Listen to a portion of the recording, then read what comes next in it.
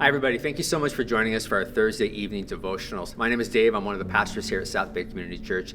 I'm not sure if you joined us this past weekend, but we kicked off a brand new series called What's Good. And if you missed that great message by Pastor Gary, head to our YouTube page at sbcclive to catch it. But in this series, the whole focus is there's so much negativity. There's so many difficult things, challenging things going on right now. What are some of the good things that God's doing? As we look at scriptures, how does he remind us of who he is and how good he is? Who are the people that he's put around us that are reflections of him that encourage us? And in that message, we heard from Elissa Finch. Elissa has been a longtime member of our church. She's someone who is a teacher. She also lives alone right now. And Elissa has really experienced her share of difficulties right now. But instead of being weighed down by those, she has chosen to see the good and see the reminders of God's blessings in her life. And we hope you're encouraged by a little bit of her story. My name's Elissa, and the last 6 or 7 months of COVID and quarantining have been an intense roller coaster, is like the best way to put it, like X2 at Six Flags. There's been many ups, there's been many downs, but what I can say is I've seen God woven in it like a thread in my t-shirt. I feel like it's because I chose to see him. I chose to feel his presence. I chose to reach out to him even when it was so incredibly difficult. I met a super cool guy. He was my cable guy. Super cool guy. We hit it off really well. Thought it was going to be amazing. He respected me. He treated me incredibly amazing. And then he broke up with me because I was too religious. Going through a breakup, it was like, why? What did I do wrong? Why did I? What me? But really, like, if it's because I'm too religious, then yeah, we're not a good match because I'm religious. And I don't think there's a such thing as too religious in my experience. I feel like my relationship with God is strong, and I don't think it's too much. It was so difficult to put my cat to sleep. I had him since he was 6 weeks old. And he was 14, and he was sick on a Saturday. I called, made the appointment for the coming Friday, and I had to put him to sleep the next day. He had kidney failure and a mass that was preventing him from eating and digesting, and I just thought, okay, it's time. I'm not to have a pet again until I get to Africa, July 2024. I got 4 years.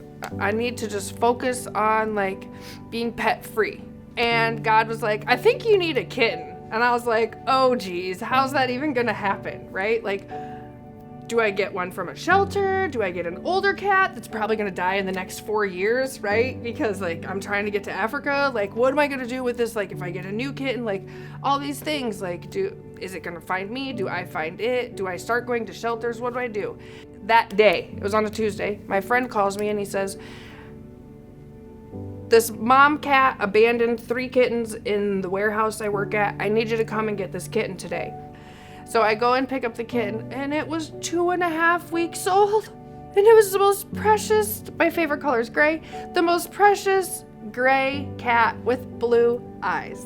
So now I have life and a heartbeat back in the house with me. And I feel like God has brought us together. So I'm trying to come up with a name, and one of my mom's patients says, how about Gus from Cinderella? Because it was a cute little gray mouse cat thing, right? So I'm like, Gus, I love it. It's Gus. And then my mom looks up Gustavo, because I told her I think he has to have a long, full, strong name. And so Gustavo, and she looks up Gustav, which means God's staff. Which to me, God's staff is like his strength, right? It's what's keeping him up, right? In strong, solid posture. And I feel like that's kind of what Gus has done for me, is he's lifted me back up, and I feel the Spirit through this little kitten. Like, it's so cool how I feel the Spirit moving and how I feel so much love from this tiny little life. When I was feeling the most isolated and the most alone, all I wanted to do was be alone. It was really hard to go through a feeling of alone and to feel so alone. And now being single, okay, want to have dinner? Sure, let's have dinner. Want to watch TV? Sure, let's watch TV. Like, I'm talking to myself. There's like such minimal interaction, and there's only so much FaceTime. There's only so much on the phone. There's only so much texting. It's that physical companionship and that intimacy that you share with people that really we strive for and we desire, that I didn't have any idea that I needed until the worship day.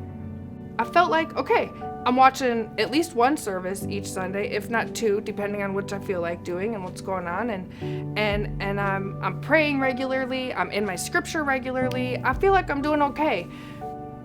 But then when I got here to service, I just felt like his presence. And then being part of worship, I just felt his presence. I even texted Pastor Gary on the Facebook Messenger after that, and I was like, bro, I just feel so alive. I just felt alive. Like, I didn't realize how depleted my gas tank was. It really just was being around the like-minded people and really worshiping together. I just thought it was so incredible. I felt like my ability to be obedient was also rejuvenated. And I love to feel that push in my gut to do something. So having a conversation with a friend, he asked if I believe in fate. We talked about it, and we talked about what does fate mean. And so then we get dinner, and we misordered some soups and call the place back, and I'm like, hey, so sorry, ordered the wrong soup. Can we please get the correct soup? And they're like, oh, Melissa, yeah, you come here all the time. Yeah, come on back and get the right soup. And I'm like, Melissa. So we go on back and we get the coconut soup. And so I have this extra mushroom soup, big container, in my fridge. Now it's the next day, and I'm doing work from home, and I see this homeless lady walk by, and she's pushing her cart, and she like gawks in my window, and I'm like, hey, and she's like, hi. And so I feel this bubble in my gut. Feed her. And I say to myself, oh, Finch, you only have 6-day-old spaghetti in your fridge. You cannot feed this lady that spaghetti. You're the only one allowed to take that risk. So I'm like, I don't have food, Lord. Like, what am I going to do? And he says, soup. And I'm like, soup? So I grab the soup, and it's already in the bag with the to-go spoon and everything. And I run outside, and I didn't see her. And so I'm like, sis? And I didn't see her. I said, sis? And she had already turned the corner. She comes back around and she's like, yeah, sis. And I was like, are you hungry? And she almost came running up to me with her cart and was like, I am so hungry. I am so hungry.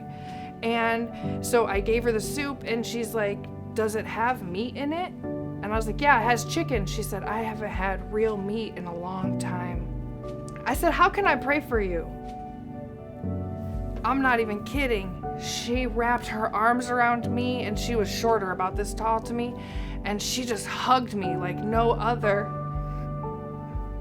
And we prayed for her health. We prayed for her children.